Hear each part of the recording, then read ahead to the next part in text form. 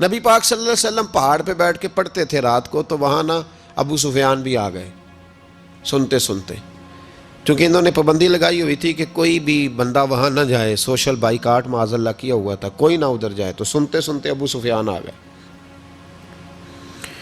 کہتے ہیں حضور قرآن پاک پڑھ رہے تھے تو مجھے لطف بڑا آیا سننے کا، تو وہاں ایک قریب جھاڑی تھی، تو ابو سفیان جھاڑی میں بیٹھ گئے۔ ساری رات نبی پاک نے قرآن پاک پڑھا اور ساری رات انہوں نے سنا۔ ہمیں اتنا ذائقہ بات سن کے بھی تو آنا چاہیے نا۔ کہتے ہیں اب مجھے نہیں پتا تھا کہ اخنس بن شریک بھی کہیں آیا ہوا ہے، اس نے بھی وہی بھی یہ دیکھنے آیا کہ کہیں کوئی وہاں آیا ہوا تو نہیں، وہ بھی کسی کونے میں جھاڑی میں بیٹھ گیا، حضور قرآن پاک کی تلاوت فرماتے رہے، وہ ساری رات سنتا رہا۔ ادھر سے کہیں ابو جال بھی آ گیا، پتھر دل تھا، پر میرے مصطفیٰ قرآن پڑھتے تھے تو کان اس کے بھی کھڑے ہو جایا کرتے تھے۔ ساری رات تلاوت سنتے رہے، تینوں پکے کافر جھاڑیوں میں بیٹھ کر تلاوت سنتے رہے۔ صبح جب جانے لگے تو ملاقات ہو گئی۔ تو کدھر آیا تھا؟ اس نے کہا پہلے تو بتا، تو کدھر آیا تھا؟ میں تو آیا تھا دیکھوں کوئی آیا تو نہیں، میں تو کدھر؟ اس نے کہا میں بھی یہی دیکھنے آیا تھا کہ یہاں کوئی آتا جاتا تو نہیں۔ ابو جال زیادہ شاطر تھا، کہنے لگا خبردار کل کوئی نہ آئے، آج تو آ گئے کل نہ ہونا۔ اللہ اکبر۔ لیکن جہاں دل لگا ہوتا ہے نا وہاں دل کھینچا چلا جاتا ہے، دل جہاں لگ جاتا ہے نا وہاں دل کھینچا چلا جاتا ہے۔ یہ دل کا بھی اپنا ایک معاملہ ہے نا۔ اب لگ گیا تھا قرآن پاک کی تلاوت سے۔ کہتے ہیں رات کو اپنی اپنی چارپائی پہ لیٹے، درد اگرچہ جان گزل ہے، میں کیا کروں میرا دل ہے، غم عشق اگر نہ ہوتا تو غم روزگار ہوتا۔ اور وہ مزہ آتش نے کہا تھا، وہ مزہ دیا ہے تڑپ نے کہ میری آرزو ہے یا رب میرے دونوں پہلوؤں میں دل بے قرار ہوتا۔ کہتے ہیں کہ اگلی شام پھر آئی تو وہی کیفیت، وہی انداز، وہی شوق، چارپائی پہ لیٹے پر کانوں میں وہ آواز رس گھولے، لیٹا نہ گیا، اٹھے پہنچے، لیکن آج جگہ بدل کے بیٹھ گئے تینوں۔ صبح ساری رات سنتے رہے محبوب کی تلاوت، صبح اٹھے تو پھر چوک میں ملاقات ہو گئی۔ تو کدھر آیا تھا؟ تو کدھر؟ ابھی بات ہونے۔ ابو جال ذرا زیادہ شاطر تھا، کہنے لگا میں تو تم دونوں کا خیال کرنے آیا تھا، کہیں تم دونوں تو نہیں آئے، یہ دیکھنے کے لیے آیا تھا۔ اللہ اکبر۔ 3 دن مسلسل آتے رہے اور میرے مصطفیٰ کریم کا ساری رات قرآن پاک سنتے رہے۔ اب اخنس بن شریک کہتے ہیں کہ میں پورا قریب آ گیا، میرا دل کہتا تھا کہ یہ سچے ہیں۔ کہتے ہیں میں نے تیسرے دن مشورہ کیا، میں نے کہا یار پتہ تجھے بھی ہے مجھے بھی ہے کہ نہیں آنا، پر ان کی آواز ایسی ہے، وہاں لذت ایسی ہے، نہیں نہ رہا گیا تجھ سے بھی۔ مان کیوں نہیں جاتا کہ ساری باتیں اپنی جگہ پر ان کی بات کانوں سے ہو کے دل میں اترتی چلی جاتی ہے، مانتا کیوں نہیں؟ اخنس بن شریک کہتے ہیں میں پورا قریب آ گیا، پر ابو جال نے مجھے پھر گمراہ کیا۔ کہنے لگا یار یہیں رہے ہیں، بچپن بھی یہیں گزارا ہے، معاذ اللہ 2 ہاتھ ہیں 2 آنکھیں ہیں، سارا کچھ وہی ہے، کان پٹیاں سفید ہوئی ہیں، تو کہتے ہیں میں اللہ کا نبی ہوں معاذ اللہ۔ اس نے وسوسہ اندوزی کی تو کہتے ہیں میں پھر بیک ہو گیا۔ آپ کیوں نہیں اس شخص کو جانتے جو وسوسہ اندوزی کرتا ہے؟ آپ اس جگہ کیسے چلے گئے جہاں وسوسہ اندوزی ہوتی ہے؟ یاد رکھیں اس جگہ جائیں جہاں جانے سے دل صاف ہوتا ہے، جہاں جانے سے دل کا زنگ اترتا ہے، آپ کے وسوسے دور ہوں گے۔ وہاں جائیں جہاں ایمان کی، یقین کی، تیقن کی دولت بڑھتی ہے۔ کیوں وہاں جاتے ہو جو بیک کر دیتا ہے؟ کچھ جگہیں ایسی ہوتی ہیں جو شکوہ ہی نہ کر لوں، شکوہ ہی نہ کر لوں۔ شکوہ یہ ہے کہ ہم پالش کرتے ہیں، پوری پالش کرتے ہیں، مہربانی کرتے ہیں، کچھ لوگ پھر جا کے صحرا میں کھڑے ہوتے ہیں، ساری ریت چڑھا کے دوبارہ آ جاتے ہیں۔ اماں بھی ناراض ہو جاتی ہے، اماں بھی بگڑ جاتی ہے کہ میں اجے انہوں آیا سی تو یہ تو کیا عشر کر کے آیا ہے۔ یار آپ سمجھتے نہیں کہ کتنی محنت سے سوارا، کتنی محنت سے نہلایا، کتنی محنت سے کپڑے بدلے، کتنی محنت سے غسل کرایا، کتنی محنت سے کنگھی کی، کتنی جد و جہد کے ساتھ تیرے بال سنوارے، تیرے روحانی ذائچے میں کتنی جد و جہد، تو نے قیمت ہی نہیں ڈالی، تو 2-4 دن گیا اور جا کے پھر سے زنگ چڑھا کے آیا۔ تو نے ہماری کبھی کبھی دل کرتا ہے پھر اماں کا بھی کہ 2 تھپڑ لگا ہی دوں، اس کو لگاؤں 2 تھپڑ، میری محنت کا تو نے کیا؟ تو وسوسہ اندوزی والی جگہ پہ کیوں جاتے ہو؟